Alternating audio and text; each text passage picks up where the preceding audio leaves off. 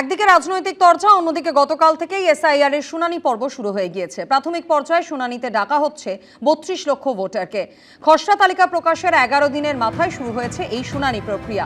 No mapping এ থাকা ভোটারদের প্রথমে ডাকা হচ্ছে। ২০০২ এর তালিকায় যাদের যোগসূত্র মেলেনি তাদেরকেই প্রথমে ডাকা হচ্ছে। এছাড়া যাদের নামের বানান ভুল রয়েছে ডাকা হচ্ছে তাদেরকেও। নির্বাচন কমিশনের দাবি, খসড়া তালিকায় ১,৬৭,০০,০০০ বেশি ভোটারের দেওয়া তথ্যে অসঙ্গতি ধরা পড়েছে। এই আবহে দিল্লিতে নির্বাচন কমিশনের অফিস ঘেরাওয়ের হুঁশিয়ারি দিয়েছেন অভিষেক বন্দ্যোপাধ্যায়।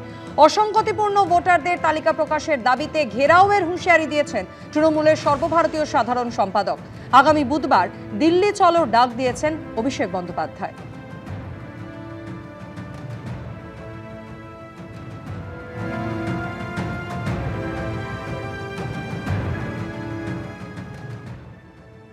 লজিক্যাল ডিসক্রিপেন্সিতে আপনি বলছেন ১,৩৬,০০,০০০ লোক এমন রয়েছে যাদের কোনো না কোনো সমস্যা রয়েছে।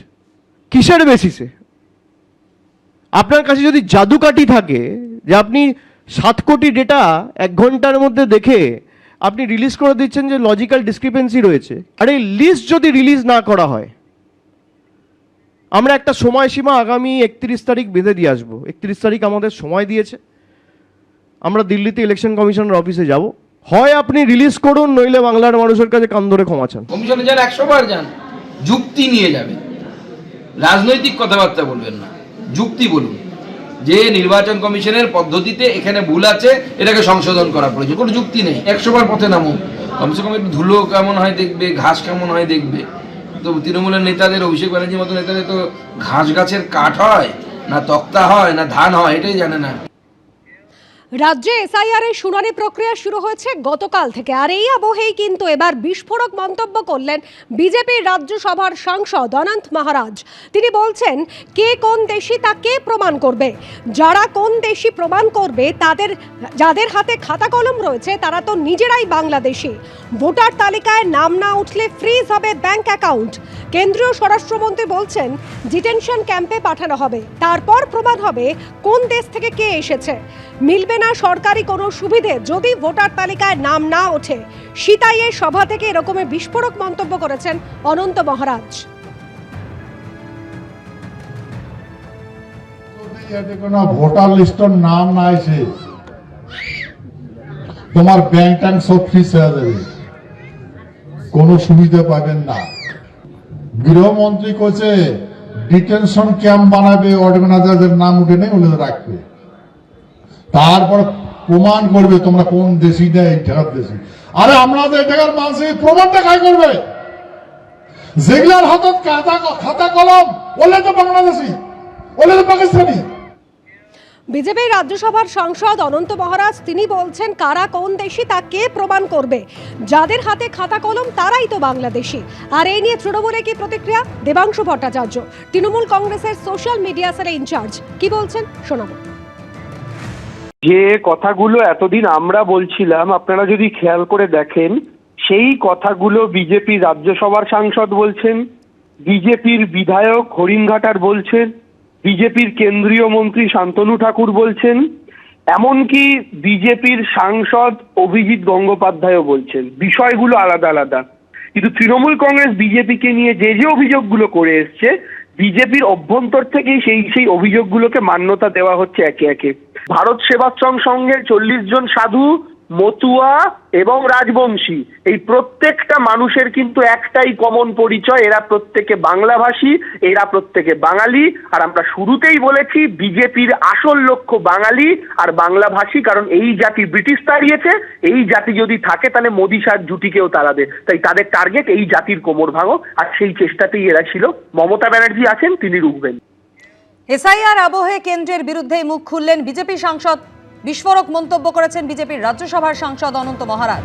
কেন্দ্রীয় স্বরাষ্ট্রমন্ত্রী বলছেন, ডিটেনশন ক্যাম্পে পাঠানো হবে, তারপর প্রমাণ হবে তোমরা কোন দেশ থেকে এসেছো। আমরা কোন দেশি তা কে প্রমাণ করবে? যাদের হাতে খাতা কলম তারাই তো বাংলাদেশি। ভোটার তালিকায় নাম না উঠলে ফ্রিজ হবে ব্যাংক অ্যাকাউন্ট। মিলবে না সরকারি কোনো সুবিধে। সিতাইয়ের সভা থেকে মন্তব্য অনন্ত মহারাজের।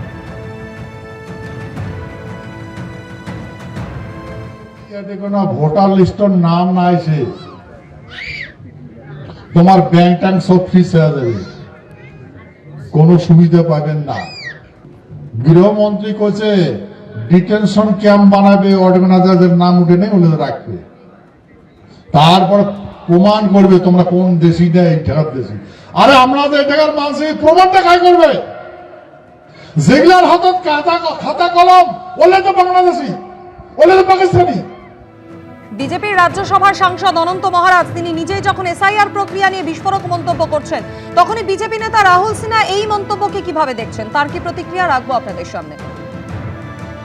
উনি একটা অন্য জগৎ থেকে এসছেন, রাজনীতি সম্পর্কে অতটা অভিজ্ঞ নন, সেই কারণে উনি বোঝায় ভুল করেছেন। হিন্দু যারা বাংলাদেশ থেকে এসছে তাদেরকে আমরা শরণার্থী বলি, সেই শরণার্থীদের সিএ মারফত কেন্দ্রীয় সরকার নাগরিকত্বের পুরোপুরি স্বীকৃতি দিয়ে দিয়েছে, আর এখন তো ইলেকশন কমিশনও স্বীকৃতি দিয়েছে। অতএব সেই কারণে যারা হিন্দু বাংলাদেশ থেকে এসছেন উদ্বাস্তু, তারা সসম্মানে এই দেশের নাগরিকত্ব পাবে। অতএব কোনোভাবেই কোনো হিন্দুর কোনো চিন্তার কোনো কারণ নেই। কোথাও বোঝাবুঝির ভুলে কোথাও কোনো গন্ডগোল হতে পারে, কিন্তু এটা একদম পরিষ্কার যে হিন্দুদের কোনো চিন্তার কোনো কারণ নেই।